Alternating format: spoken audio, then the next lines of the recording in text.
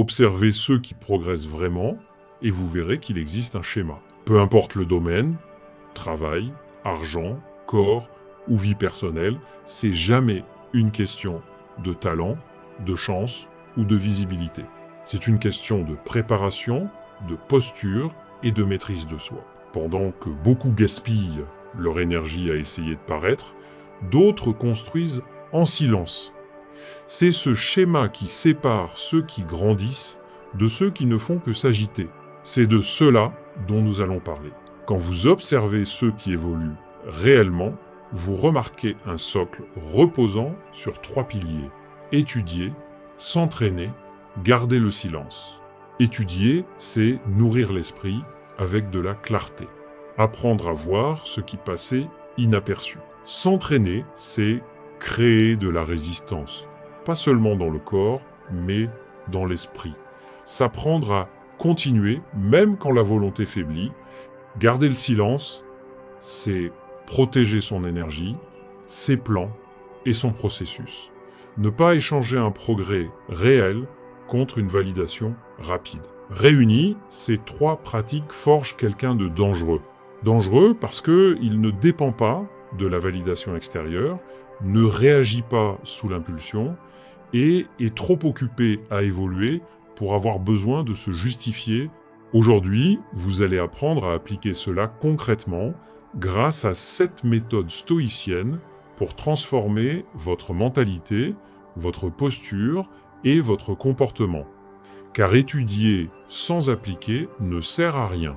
S'entraîner sans constance ne crée aucune base. Et trop parler sans agir ne construit rien. Vous allez apprendre à utiliser ces 3 pratiques comme un code personnel pour mieux penser, agir avec fermeté et cesser de gaspiller votre énergie. C'est à ce moment-là qu'on devient différent. On ne pense plus, on ne réagit plus, on ne se positionne plus de la même façon. Gravez ceci. Étudiez pour voir ce que les autres ignorent. Entraînez-vous pour supporter ce que les autres évitent. Gardez le silence pour ne pas gaspiller votre force. Maintenant, commençons. Méthode 1, étudier pour devenir intelligent. Avez-vous déjà senti qu'une version plus claire, plus calme et plus sûre de vous-même était prisonnière de votre esprit? La vérité est dure, personne n'aura pitié de vous parce que vous ne savez pas, le monde ne ralentit pas, les factures arrivent, les opportunités passent. Si vous n'êtes pas préparé, vous ne choisissez pas, vous réagissez. Et vivre ainsi est épuisant, à toujours éteindre des incendies évitables. Étudier pour devenir intelligent ne vise pas le statut ou les diplômes. Il s'agit de survie émotionnelle et de clarté pratique. Comprendre la vie suffisamment pour ne pas être trompé, manipulé ou prisonnier de ses propres émotions. Sénèque disait « L'esprit qui n'est pas nourri tombe malade ». Beaucoup de gens ne sont pas tristes parce que la vie est impossible, mais parce qu'ils vivent sans profondeur, répétant les mêmes schémas sans les comprendre. Pensez-y. Signer sans lire, s'endetter par méconnaissance, rester dans une relation toxique par manque de compréhension des limites. Sans études, on avance dans le noir. Et celui qui avance dans le noir accepte n'importe quelle main tendue, vendeur mal intentionné, gourou, ami toxique. Parfois, celui qui vous trompe le plus, c'est vous-même. Épictète disait « Seuls les instruits sont libres ». Libres de tomber dans les mêmes pièges, de répéter les mêmes erreurs. L'étude dont je parle est simple et appliquée, apprendre pour mieux vivre. Problème d'argent? Étudiez les bases des finances personnelles. Souffrez d'anxiété? Lisez sur les émotions, la psychologie. Les gens vous marchent dessus. Étudiez la communication non violente, l'assertivité. Cela n'a pas besoin d'être compliqué 10 pages par jour. Dans les transports, avant de dormir, en 1 an, cela fait plus de 3600 pages. Cela transforme n'importe qui. Vous n'avez pas besoin d'en avoir envie tous les jours. Vous devez être honnête. Quand votre esprit dit « plus tard », répondez « 5 pages ». maintenant. C'est ainsi qu'un stoïcien dialogue avec ses impulsions. Imaginez deux personnes face à une épreuve. L'une a des mots, des concepts, elle pense « ça fait mal, mais je sais quoi faire ». L'autre ne fait que ressentir et se noie. Laquelle voulez-vous être ? Étudier, c'est donner un nom à ce que vous ressentez, élargir vos options intérieures, éclairer le chemin, un esprit entraîné et clair, un esprit faible, réagit dans le noir. Action concrète, choisissez une domaine de votre vie qui vous fait souffrir, argent, relations, santé. Engagez-vous à l'étudier sérieusement pendant 30 jours. Méthode 2. Entraînez-vous pour votre santé et votre discipline. Parlons de votre corps. Vous ne méritez pas de vivre fatigué, bloqué, avec des douleurs évitables. Quand on abandonne son corps, la vie devient plus lourde. Les stoïciens ne s'entraînaient pas pour l'esthétique, mais pour la résistance. Musonius Rufus disait qu'il faut endurcir le corps pour supporter les exigences de la vie. Pensez à votre fin de journée. Épuisé, irritable. Souvent on pense que c'est mental, mais un corps négligé fait payer un prix fort. Un cycle s'installe, moins on bouge, moins on a envie de bouger. S'entraîner est un acte de respect envers soi-même. Épictète dirait « Vous contrôlez la manière dont vous prenez soin de vous, simplifions. Pas besoin d'équipement coûteux. Marchez 20 minutes. Faire des pompes sur les genoux si besoin. Prendre les escaliers, s'étirer au réveil. Ce qui compte, c'est la constance. Imaginez deux personnes. L'une commence sa journée par 15 minutes de mouvement. L'autre scrolle sur son téléphone. En 6 mois, la différence est flagrante. Meilleur sommeil, moins de douleur, plus de confiance. L'entraînement forge aussi la discipline mentale. Quand vous bougez tous les jours, même sans envie, vous enseignez à votre esprit « Ici, c'est ma décision qui commande, pas mon humeur ». Les jours de chaos intérieur, c'est une encre. Commencez aujourd'hui. Marchez 10 minutes, demain 15. Ajoutez progressivement. Vous n'avez pas besoin de vous entraîner comme un athlète, mais comme quelqu'un qui se respecte. Méthode 3. Gardez le silence pour vous protéger. Avez-vous remarqué, plus vous parlez, plus vous devenez vulnérable. Vous partagez vos projets, vos doutes, et soudain, tout empire. Jugement, dénigrement, manipulation. Voici une vérité inconfortable. Tout le monde ne mérite pas d'avoir accès à vos pensées. Les stoïciens comprenaient cela. L'exposition excessive fragilise. Épictète avertissait, la parole, une fois lancée, ne revient pas. Elle peut être déformée, utilisée contre vous. Le silence est une sélection stratégique, un filtre. C'est choisir le bon moment, la bonne personne, le bon mot. Trop parler épuise aussi votre énergie. Quand vous vous justifiez sans cesse, vous vivez pour être compris, pas pour être vrai. Le stoïcisme invite à l'inverse. Vivre aligné avec ses valeurs, même incompris. Marc Aurèle écrivait pour lui-même, pas pour le monde. Son œuvre a parlé après sa mort. Exemple concret. Au travail. Observez plus, parlez moins, évitez les ragots, choisissez avec soin à qui vous confiez, en famille, avec des proches qui ne veulent pas comprendre, économisez vos explications, agissez, préservez votre énergie, vos projets, ne les exposez pas à tous. Partagez-les uniquement avec ceux qui vous soutiennent vraiment. Laissez les résultats parler. Le silence est un bouclier. Il ne s'agit pas de tout garder pour soi, mais de mieux choisir où et avec qui s'ouvrir. Parfois, écrire dans un journal ou parler à un thérapeute est plus sage que de se déverser sur la première épaule venue. Quand vous sentez l'envie de tout raconter, faites ce test stoïcien, respirez, attendez, demandez-vous, est-ce que cela me protège ou m'expose ?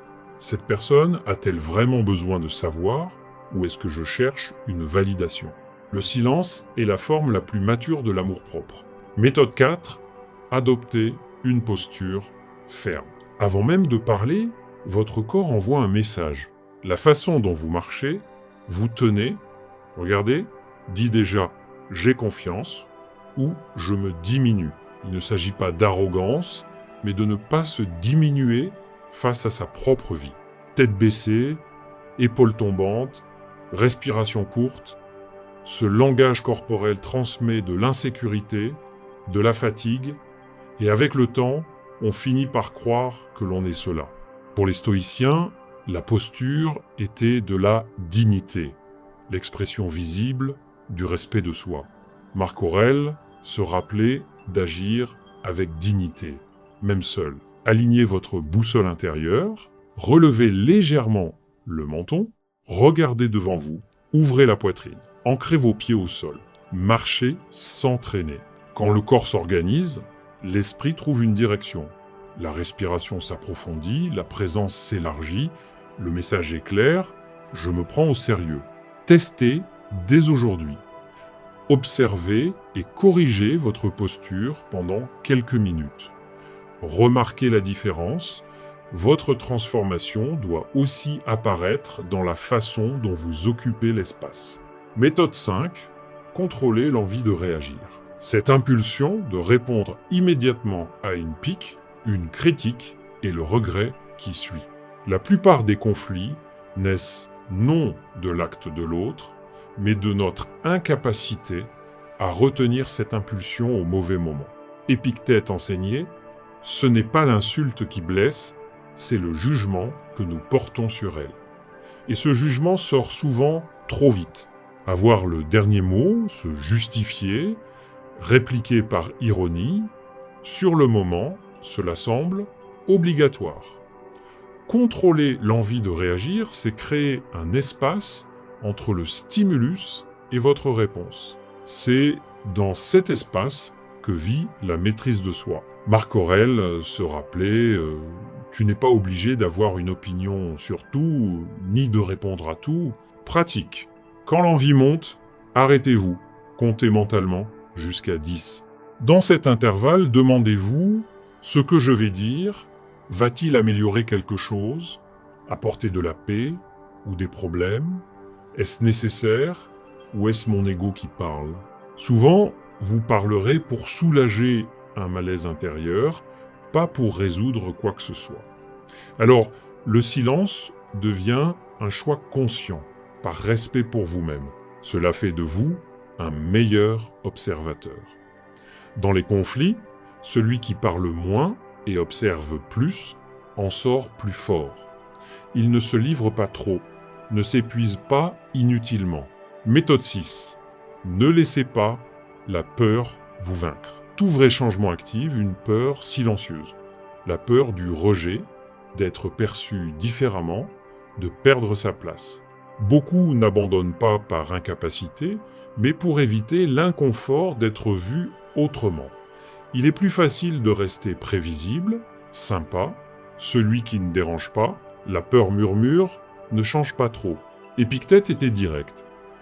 Si tu veux progresser, accepte de paraître ignorant ou insensé aux yeux de certains. Toute évolution a un prix social avant d'offrir une liberté intérieure. Imaginez deux collègues. L'une change, pose des limites, parle avec fermeté, l'autre recule face à l'inconfort, ravale, cède pour être approuvé. La première crée de l'étrangeté est mal comprise au début. La seconde est vue comme facile à vivre. Mais voici la différence cruciale. L'une affronte l'inconfort à l'extérieur. L'autre le porte à l'intérieur. Laquelle grandit vraiment? Le prix de ne pas changer est toujours plus élevé. Fatigue, adaptation permanente, corrosion du respect de soi. La peur du réjecté recule quand vous comprenez que le respect de soi passe avant l'acceptation. Si vous ressentez de la peur en changeant, c'est un signe de transition, non de faiblesse. Ne reculez pas. Traverser cet inconfort sépare ceux qui évoluent de ceux qui s'adaptent à vie. Méthode 7. Devenez méconnaissable. Cela ne signifie pas changer pour faire dire waouh. C'est changer au point de regarder en arrière et penser « je n'arrive pas à croire que j'acceptais de vivre ainsi ». Marc Aurèle écrivait « Le caractère ne se discute pas, il se construit. Ne gaspille pas ton énergie à définir le bien, utilise-la à vivre le bien. Devenir méconnaissable commence par des décisions invisibles que personne n'applaudit, se lever plus tôt, faire des choix alimentaires conscients, choisir le silence plutôt que la réaction, mieux sélectionner son entourage. C'est une accumulation de micro-ruptures avec votre ancienne version. Quand vous commencez à évoluer, certains, mal à l'aise avec votre nouvelle force, tenteront de vous ramener en arrière. Cicéron le disait, « Celui qui prend un chemin différent dérange ceux qui préfèrent rester immobiles. » Ne réagissez pas comme avant. Ne vous excusez pas d'évoluer. Devenir méconnaissable, c'est un contraste. Avant, vous fuyiez l'inconfort, vous vous victimisiez, parliez sans réfléchir. Maintenant, vous assumez, vous réfléchissez, vous observez. Quand le changement est réel, on n'a plus besoin de l'exhiber. On vit simplement. Et la vie, avec le temps, le montre. Ce processus demande d'accepter que certaines personnes s'éloignent, que certaines conversations n'aient plus de sens. Cela ressemble à une perte, mais c'est en réalité de l'espace qui se crée pour du nouveau, de l'aligner. Quelques minutes avant la fin de la vidéo. Si cette vision d'une transformation par l'étude, l'entraînement et le silence résonne en vous, et que vous voulez approfondir cette démarche, je vous invite à vous abonner à la chaîne. En vous abonnant, vous ne raterez aucune des prochaines vidéos où nous continuons à décortiquer des méthodes pratiques, comme celle d'aujourd'hui, pour construire une résilience solide, une clarté d'esprit et une action efficace. Chaque vidéo est une nouvelle pièce pour édifier cette version méconnaissable et alignée de vous-même. Abonnez-vous et activez la cloche pour être notifié directement. Ainsi, vous continuerez à vous renforcer, sans effort, au fil des contenus. Merci d'avoir regardé jusqu'au bout. Si ce message vous a parlé, laissez un j'aime, cela aide grandement la chaîne. Partagez vos engagements ou vos réflexions dans les commentaires, c'est un espace d'échange et de soutien. Prenez soin de vous et à très bientôt pour la suite.